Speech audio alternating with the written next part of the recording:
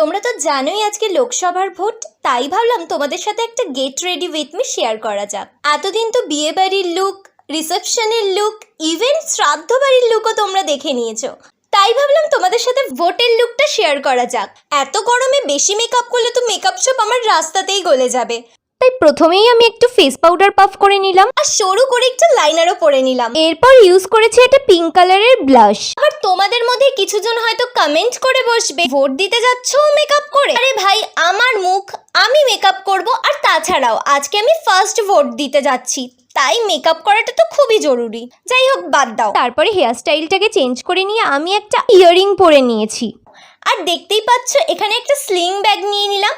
ব্যাগটা নিয়ে আমার লুকটা আরো যেন ভালো লাগছে। আর সবশেষে এই গরমে যেটা মাস্ট ইম্পর্টেন্ট সেটা হচ্ছে পারফিউম। এবার হলো জুতোর পালা। আমার হাইটটা যেহেতু শর্ট গাইস, আমাকে তো হিল পরতেই হতো।